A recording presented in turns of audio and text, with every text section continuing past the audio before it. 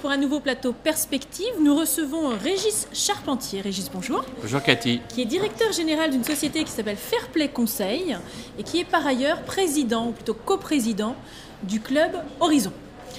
Alors, on va plutôt parler du club, si vous le voulez bien. On s'était déjà rencontrés l'année dernière.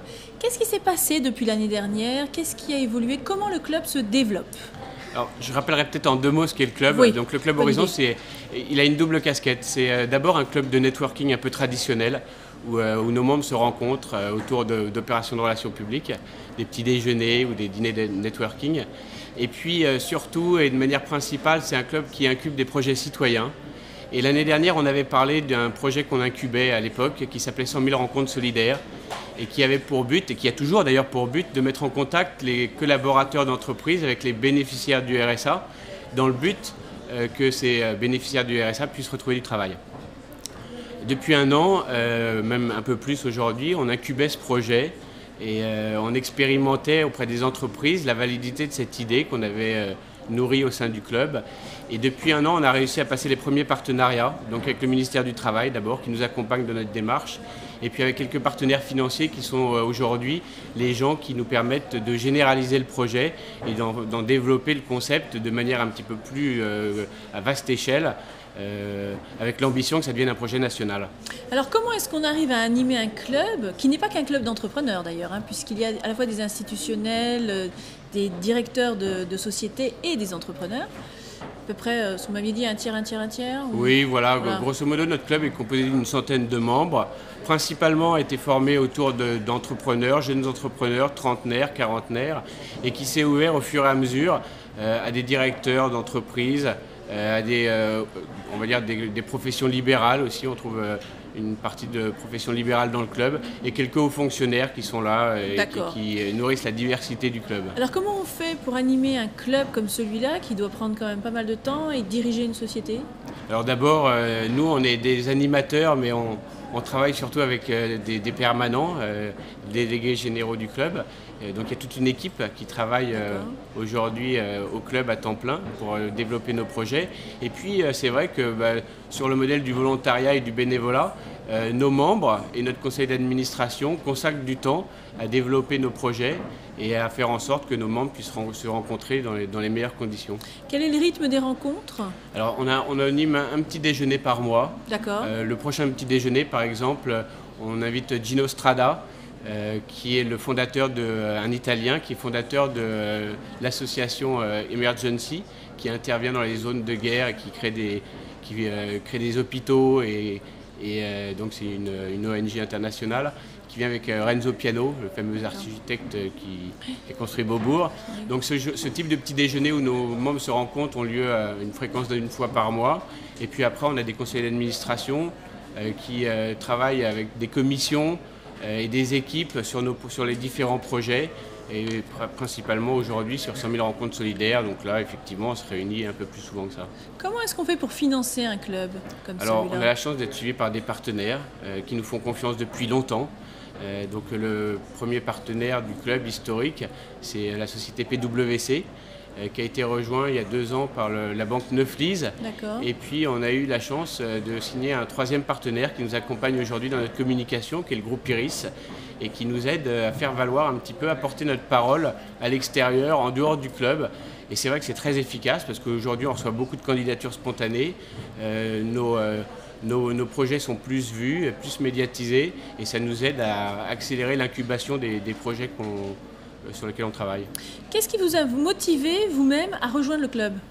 Écoutez, j'ai un parcours d'entrepreneur aujourd'hui, mais ça n'a pas toujours été le cas.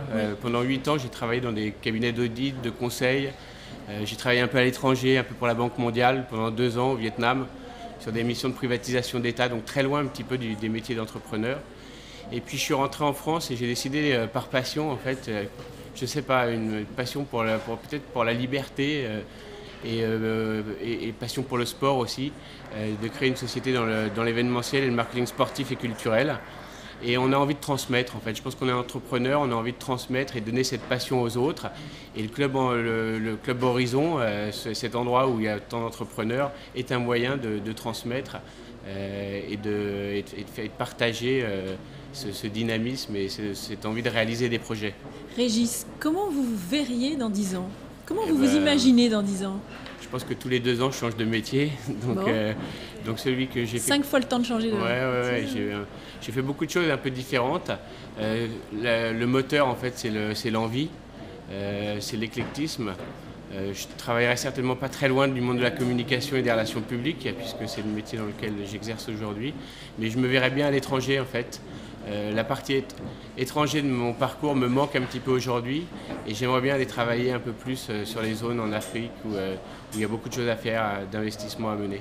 Et est-ce que vous pensez, vous qui avez cette expérience, que finalement les Français sont un petit peu frileux dans l'idée d'aller, peut-être les jeunes entrepreneurs dans l'idée de s'exporter, ou est-ce que cette tendance est en train de s'inverser? Je pense qu'en fait on n'a pas le choix. Aujourd'hui on le voit nous dans nos métiers. Les compétitions en France sont difficiles, elles sont acharnées. Développer des entreprises en France, c'est possible. On y arrive d'ailleurs, même parfois pas trop mal. Mais il y a tellement de gisements d'activités et de développement possibles à l'étranger qu'on est naturellement, je pense, attiré par l'étranger quand on a envie de développer une structure. Qu'est-ce que vous auriez envie de dire à un jeune qui aujourd'hui réfléchit à l'idée de créer son entreprise? Ce que tous les entrepreneurs disent, c'est n'ayez pas peur, prenez des risques. Et ça paiera, et si ça ne paye pas, ça marchera la fois suivante. Il ne faut pas avoir peur en fait.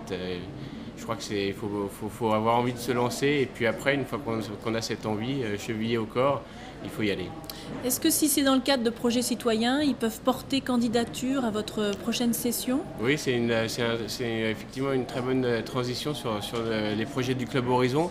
Aujourd'hui, donc, on incube avec succès ce projet de 100 000 rencontres solidaires. On a nos partenaires, comme on l'a dit, on est suivi par les institutions, on généralise. On s'aperçoit que le temps pour incuber un projet est assez long et on réfléchit déjà aux futurs projets que le Club Horizon va incuber en essayant de mettre en place peut-être d'autres méthodes. C'est vrai qu'on a longtemps travaillé sur des idées qui naissaient au sein du club et qu'on développait par nous-mêmes. Et on aimerait aujourd'hui peut-être profiter, faire des appels à projets et profiter d'idées qui sont venues de l'extérieur et qu'on aiderait à incuber sous un format de sélection de projets. Et donc on a créé il y a 2 mois une commission qui réfléchit déjà à ce que sera le futur projet du Club Horizon. Puisque nous n'avons pas vocation à terme effectivement de garder la gestion de ces projets-là.